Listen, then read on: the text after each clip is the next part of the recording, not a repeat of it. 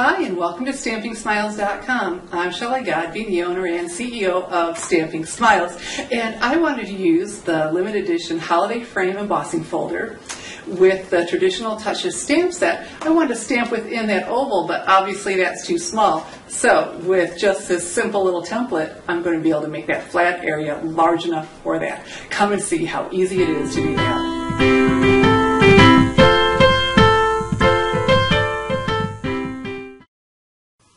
Hi, okay, here is a closer view of this holiday frame embossing folder, and this is the flat area, so it's left so we can stamp right in the center or layer without mini glue dots, but I really wanted to use the traditional Dutch's stamp, the single stamp with it, and obviously that is just way too big, but I knew I had a solution for it with my embossing folder chipboard templates. So let me show you how quick and easy this is to do. I'm going to center this on there, and since I can see through the folder, I'm centering the template around the oval. And I have a little bit of temporary adhesive on there. You don't have to, but it does make it easier. And then turn it over. I'm taking my Whisper White cardstock, and since I have the template, I centered it around that oval, that I'm already centered, so I can now center my cardstock within the template. Does that make sense? So I can see through it, so I'm lining up with my chipboard template and centering that way. Go ahead and close it. And our sandwich is for the Sizzix Big Shot on tab 2, or no tabs open, no cutting plate. And we won't hurt anything without that cutting plate because we aren't die cutting, we're just embossing. And so our holiday frame embossing folder with the chipboard template and our cardstock in it and cutting plate on top.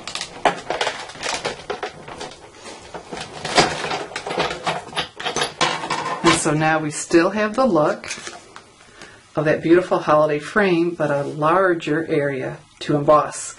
So let me put this aside and quickly finish my card for you. Before I finish my card, let me tell you real quickly, it's looking like the holiday frame embossing folder and traditional touches stamp, the single stamp from the 2012 Stampin' Up! Holiday Catalog are truly limited edition and will not be available to order after January 2nd, 2013. So if you like either or both of those, please go to my online store now and grab them before they get gone. Okay, commercial over. Let's get back to the stamping. And so I am using 3 of my Stampin' Up! Markers to color my stamp, and I just love that I have the ability to do that. Of course, I could just stamp it one solid color and that would look fine, but with the Stampin' Up! Markers, I can get, well, I'm choosing 3 different colors. I could add even more colors going if I wanted. Let's say I could have done the chain that they're hanging down from in basic gray, and this is Midnight Muse, and we have, oh, I know this, Rich Raspberry. Look how easy this is to color. And so, you know, I don't color from the end and smush them down. I just use the side. And then Gumball Green. Isn't this a pretty combination? So pretty and rich. And look how easy. Can you hardly stand how easy that is? Like, wow. Okay. And so now I need to stamp it right on here. And I could just go ahead and stamp it, and I might do okay.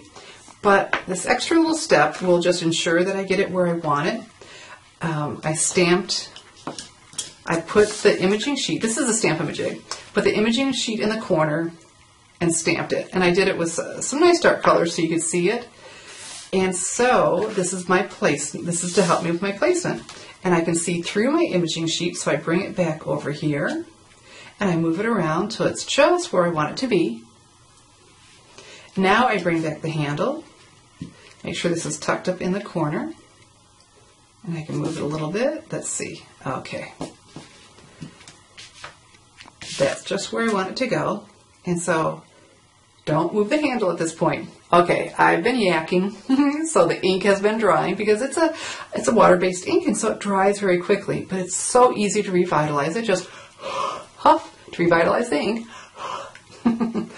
And then put your stamp back in that corner, because remember we put it in there on the imaging sheet, and so this is how we get the placement, because we repeat the process, and stamp. And voila, look at that. Isn't that better than just guessing and hoping that it'll go in the right area? So look how fast this card is. I know. Let me show you the finished one. Here we go. I layered it on Raspberry Ripple and Gumball Green. And then inside, make sure, to decorate the inside, just a little something, something in there. Make sure it goes off the edge of your cardstock so they're not just hanging. Doesn't that look really pretty? And so there you go. Look how easy that is to do.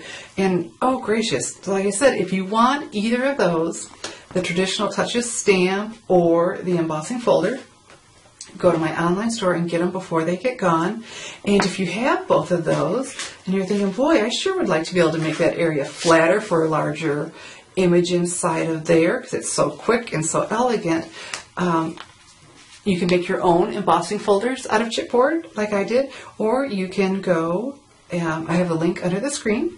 I have the link to my online Stampin' Up! Store to purchase those, but I'll have a link here too for my chipboard templates. Again, you can make your own, or have me do them for $1.99 each plus shipping. So I'm Shelley Godby, teaching you how to create hand stamped smiles. Thanks for watching.